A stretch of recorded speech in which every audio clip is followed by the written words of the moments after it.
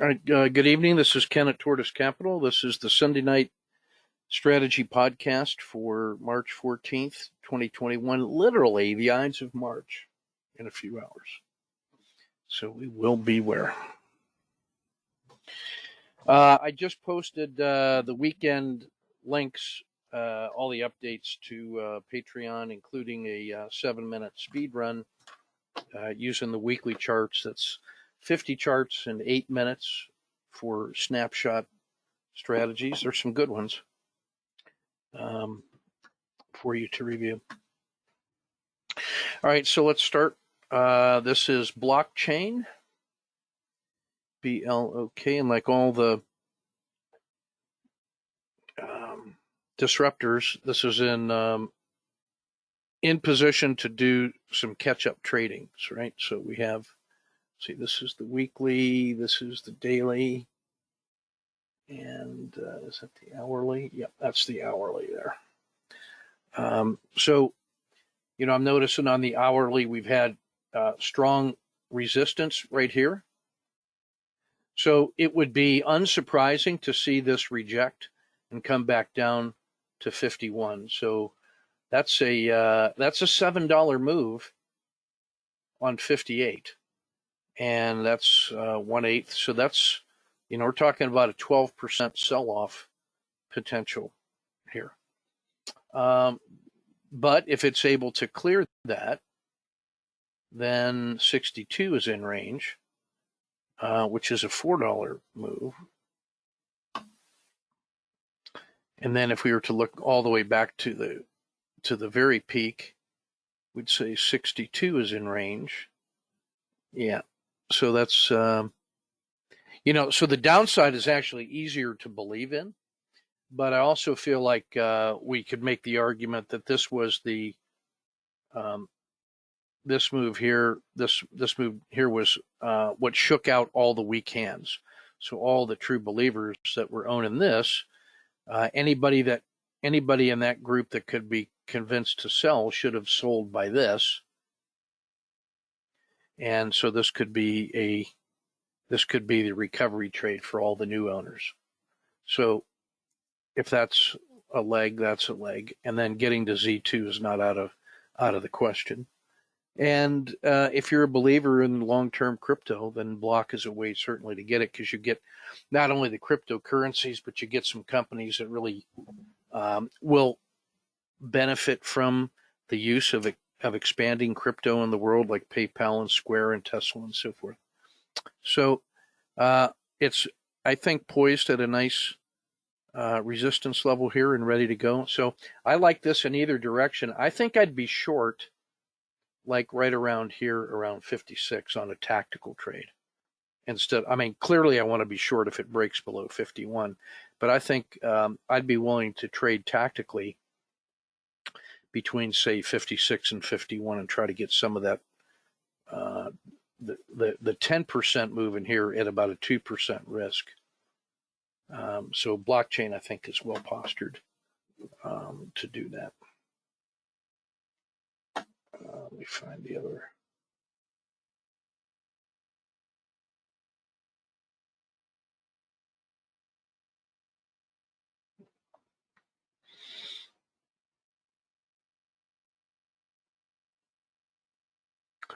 Next up, Squarespace. And we're going to see that's very similar. This is the financial disruptor.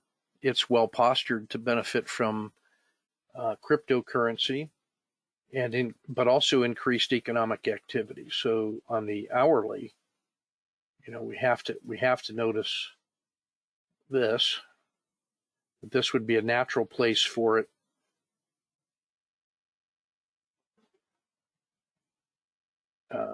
to roll over. And then if that were to roll over, you would see the first target coming down here into the middle of this.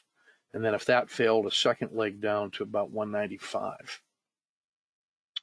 which would bring it back on par with this and this. So if this rolls over, that would not be abnormal. That's, I mean, this is exactly where it's supposed to fail. If it fails, that's where it's supposed to fail. And that would be a lower high, and then Your first target in here, like the owl, would be short to 215, and then a second leg down. And then even on the weekly, this is, it has to get through the peak of the dragon right now and the peak of the RL10 to really realize the upside potential. Now, I'm making the case for the short side of this one, because the long side, if this works, gets here, here, and here pretty quickly. And I'm saying it as a person who is long Squarespace right now myself. So that's the downside. And so to me, I think the really tactical stop is about 240, and I could live with, I guess, 230 as a trigger for the downside. Yeah, that's the 230 downside trigger, spine of the dragon. So that's going to go in the cluster of, you're going to see like Tesla, PayPal, Square, Block, that whole disruptor cluster are going to rise or fall together starting next week, because they have some catch up to do. We already know that the diamonds and the Russell are very strong. Materials and finance are very strong. Energy has been strong, but starting to waver. And the techs are lagging, and the disruptors are very lagging. So this is a chance for the disruptors to play catch up or to fail further. So we'll see what kind of market this is. The futures are looking good already for the U.S. in both the Russell and the diamond. So the upside trade is favored, as of 8 p.m. Central tonight. But we'll see if that endures. But I'm ready for a strong move in either direction, and Square is certainly on my short list.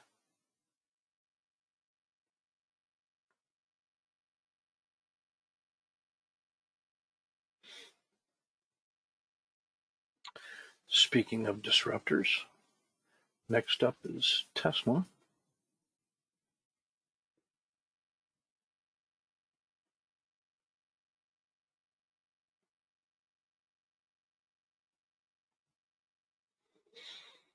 Okay, so again, we have the, let's see, hourly.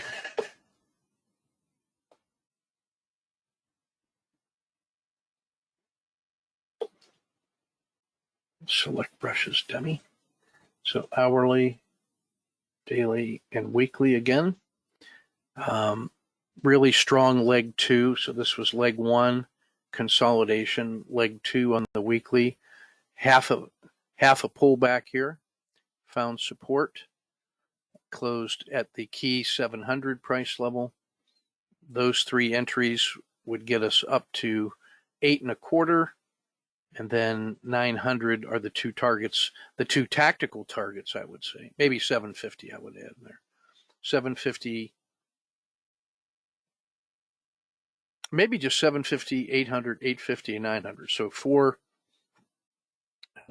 price levels at $50 each is probably what that looks like. So there's a $200 upside to this thing. So if you're risking 50 in order to get 200, you're in pretty good shape to the upside. Always tough to be short this one because the true believers are there, but it feels like it's getting easier to short it, especially with a sell-off of that magnitude. But there was a nice recovery. So where do I want to get short? I think 650 you could get short, and a second position 600, and a third one at 550, and your target would be down here at 450. That's really the line in the sand for fair value. And even if we looked at weekly fair value, that's right there. So there's $200 on the downside. I like this one long at 700, short at 640, and then just using probably $40 of risk. That feels correct. I like the way it closed, even though the disruptors were lagging. Tesla was probably the best of the disruptors. It had the nicest recovery and resisted the sell-off best. So I think this is poised to go. And I think there will come a day when you'd been happy to buy it at 700.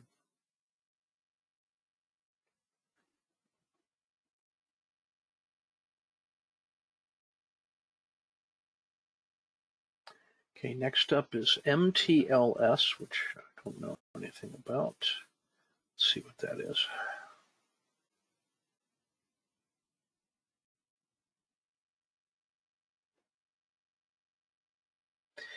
Materials. This looks like maybe a Brazilian technology. Materialize. MTLS. So it's a component of the ARC. I see now. Thanks for the advisory. And so the ARC-Q, which is plus 11, but Materialize was plus 40. So this looks like if ARC-K is not, or if ARC-Q is not volatile enough for you, then you can get 4 times the volatility in Materialize. And when it's good, it's very good. It has been really underperforming lately, as that will say. But that looks like a nice support level around 30. And now you're getting it at 42. Woo! Boy, you gotta be a person that loves you some trading right there. But here's the argument: this is actually the lowest risk entry at any point during this massive sell-off. And that was a pretty powerful statement of belief, going from 32 to 42. That's a plus 30% bounce. So could you deal with that with about a $4 risk? Yeah, there's a 50 and 58 are within range. And that's plus 4 and that's plus 4. That's reasonable. And you're thinking like, well, it's in ARC, so it has some kind of persuasive power going for it. And you've had 1, 2 legs up, and now can you get it starting the 3rd leg? Sure. Yeah, just on a pure tactical basis and on our chart formations, this is one that you could venture into with a long at 44, a stop at 40, so you're risking $4. Why not? This looks like there's one solid piece of volume here, resistance at 58, and one strong one here at 49. And then you have all of this volume here. There's a lot of people that bought this at 70 that are still holding it, I bet you. Yeah, I like that that's a pure tactical trade. I wouldn't be swing trading that, but I could see if I had some speculative money. You could talk me into that one.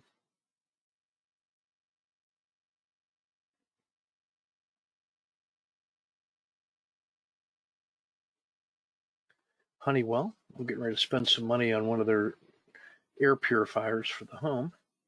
So I love this company.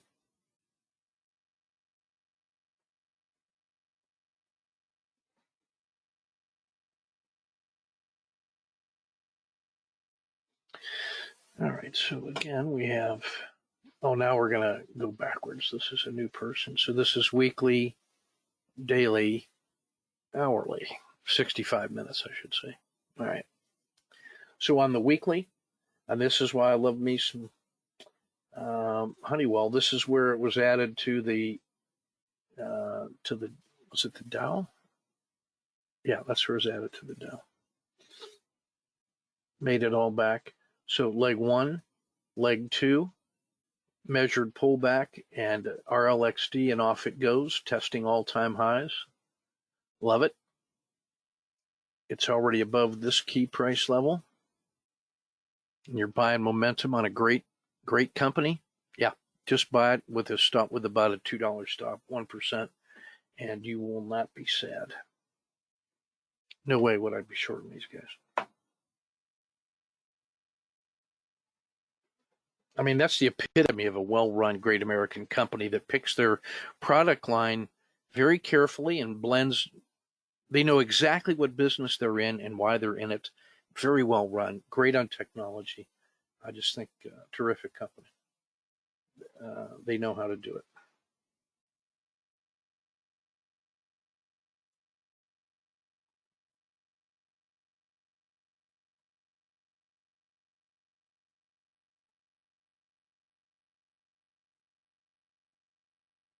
All right, here's Devin. So the whole energy sector has ended up in a doji. So it had a nice asymptotic move up, and then everything ended in a doji like this. So you can see it's like this, and then a little recovery here on the daily. And that's true in XLE, XOP, USO. So the whole energy oil complex is like this. So weekly, daily, hourly.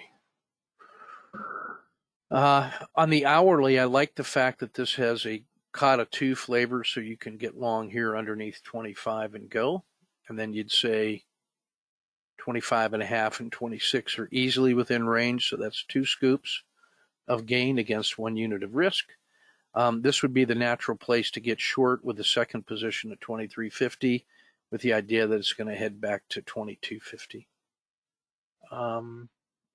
We know that this thing is a great trader, and even the sell-offs have some nice magnitude. When it does collapse, you can get paid on those excursions, but when it gets to a Z3 excursion, you're well advised to stop and reverse. It's deep into a Kata 2 move on the weekly, and it's running into resistance at 26.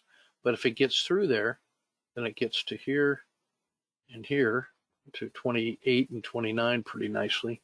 So I like the upside, but this is going to be geared to what that whole energy complex is doing, I think. And Devin just lets you get more volatility, and lots of liquidity. So I like it in both directions.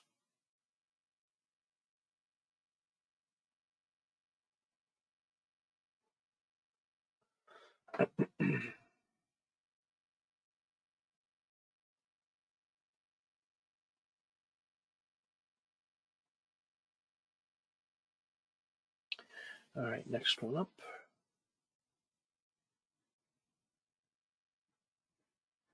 Brazil. A great intraday and swing trade thing. We love this one. On the weekly, you've got a number of Kata 2s in play, so you like that. And we just draw that diagonal. So 40 is certainly within target, and there's fair value in the 200. So this thing can go from 33.5 to 40. That's plus 6 on 33, so that's about 15%. So that's a plus 15 move.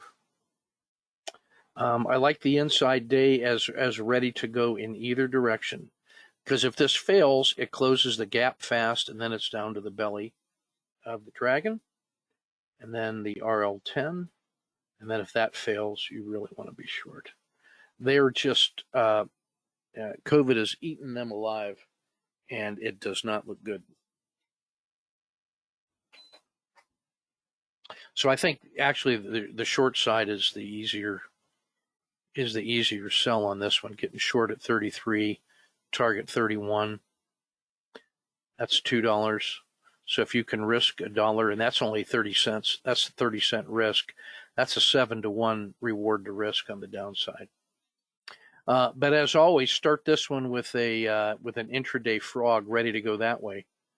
Because if for some reason it can get above 34, I don't know why it would. Not if you read the news. Then it can also get to 35 pretty quick. I think the downside is easier to believe in. Path of least surprise.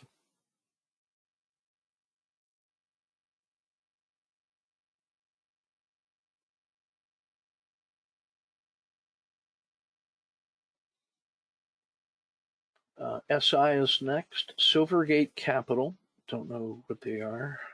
They look like a ARC Financial Innovations. And they have been leading the way. Holy mackerel. This really explains why I should drill down into their stuff. Holy mackerel, look at this. Woo. Caught a 2 in the house. And I think I would, I don't think I'd wait for 144. Given the strength in finance, I think I'm into this thing like right there. Anything above 140, I want to get that, and then a second position there, and then I think a third position at 148. I would be really aggressive on this one because the whole finance sector is strong. This is leg one, that's leg two, pause, and off it goes. And if it gets above here, off we go. And this thing wants to get to 180. So I think I'd be more aggressive getting long on this one. Downside is easy to, I would agree with that as the downside though. And then the target's going to be back into here. This cluster is the first place that it stops. So that's 134 to 122 is 12 bucks. So you got to have about a $4 stop in here to play for 12.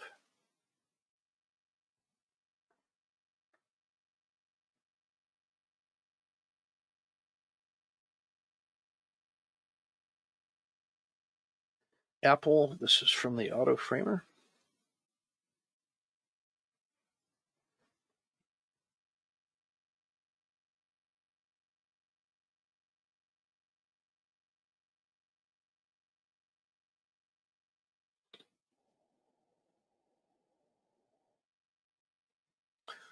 So weekly, daily, and 65-minute.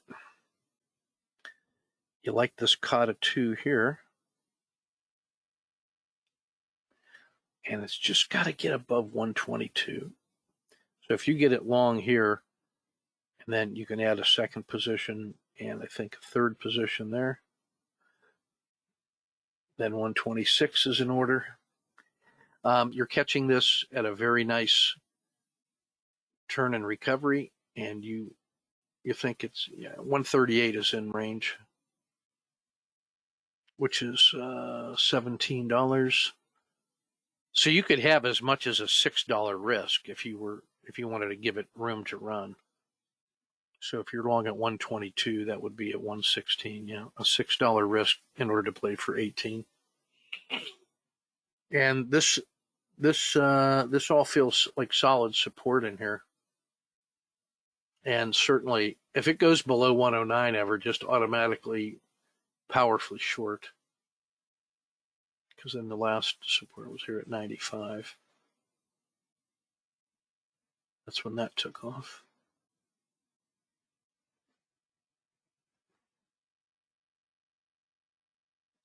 So yeah, I'm still continuing to love Apple, and reward to risk of 3.6. And let's see, it was recommended. Their Auto Framer was recommended about a $2 risk. I think you could live with that. That $2 is like the width of the dragon. Yeah, that's a good find in the Auto Framer. Hooray for technology! That's like finding gold through the use of sonar. You don't even have to look at the charts.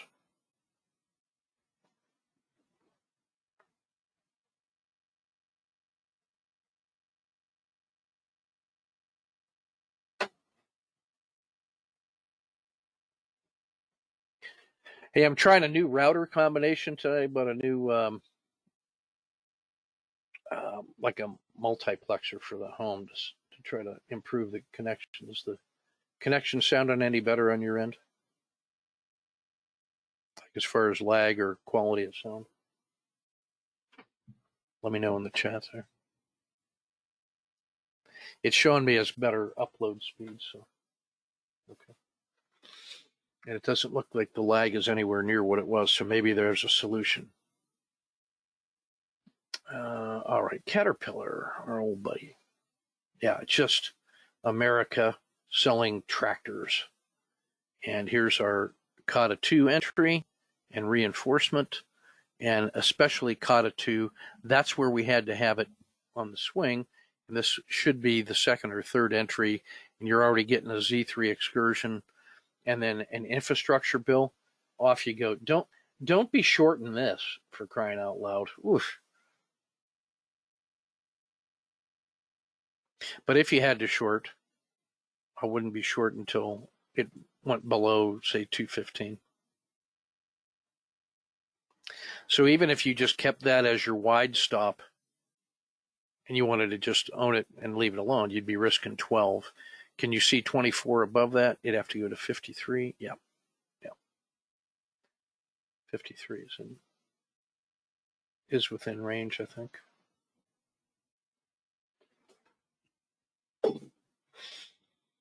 Great American company. That and John Deere. Buy them both. And if you listen to the pitch last night, you'll know why.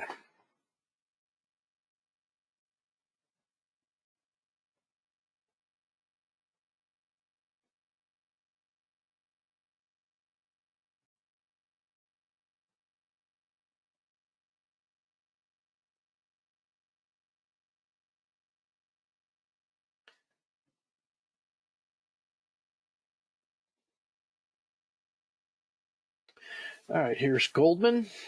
All right, let's see what we got here. So this is the weekly. This is the 65-minute insert, and so that's going to make this the daily. Okay.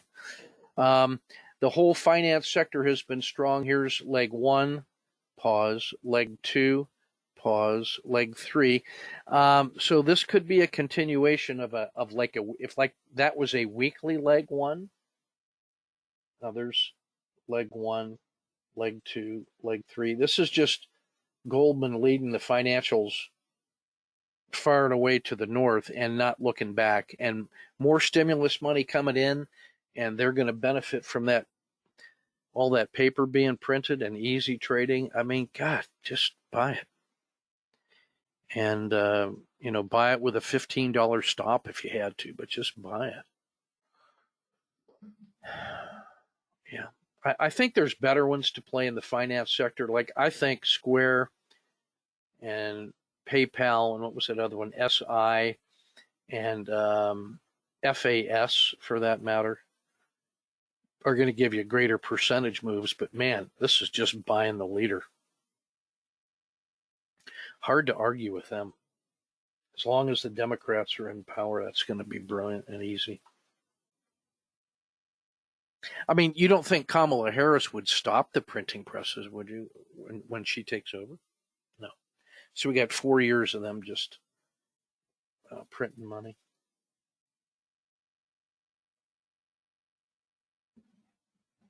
U.S. Steel was our last one. You're going to love this one. Yeah. Feeling it. I mean, that is as solid a consolidation as you could want. Absolutely no interest in selling off, which means that the upside is there. And it's cleared this and ready to go. All-time high. Too easy. And then the short side, if you feel like you have to. I mean, when this thing collapses, it does collapse. So but it starts with intraday trades, and you would see the whole XLB rolling over, XLI rolling over. You'd want to see DIA rolling over. XME, metals and mining, would be rolling over. So any or all of those showing weakness is going to cause weakness in U.S. steel. And then you have clear targets to aim for on the downside. But to me, if these are going up, this thing will be going up, and then your choice is between X or CLF, and take your pick. So that's a good one to finish up on. All right, that's a good 40 minutes of hard work for us there. So, and that was the last chart that was posted. So we'll get this published and updated on Patreon. So thanks for your kind attention, and tip your waitresses.